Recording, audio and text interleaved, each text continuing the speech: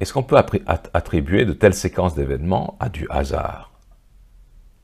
Il y a deux interprétations du monde aujourd'hui qui sont concurrentes.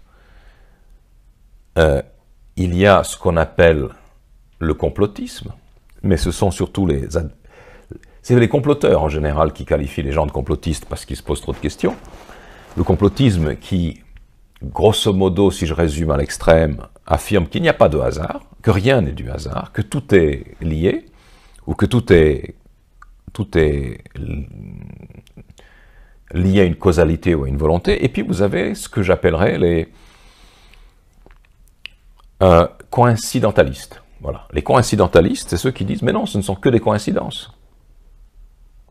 Ce sont des coïncidences, c'est comme ça, c'est les hasards de l'histoire, c'est pas parce qu'il y a 2 ou 3 ou 4 leaders du monde, disons, qui s'opposent à l'hégémonie occidentale, qui sont favorables au monde multipolaire, qui sont assassinés, qui font l'objet de tentatives d'assassinat, ou qui déjouent des tentatives d'assassinat, qu'il y a un projet meurtrier venant, par exemple, je ne sais pas, des agences à 3 lettres qui sévissent aux États-Unis. Mais non, mais non.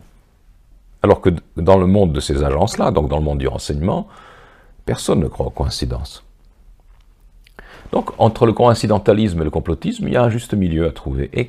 Et puis, il y a aussi le fait que, quelquefois, nous sommes complotistes ou coïncidentalistes, nous sommes trompés par notre propre rationalité, ou notre propre illusion de rationalité. Quelquefois, il y a effectivement une causalité dans les événements, mais elle n'est pas d'ordre humain.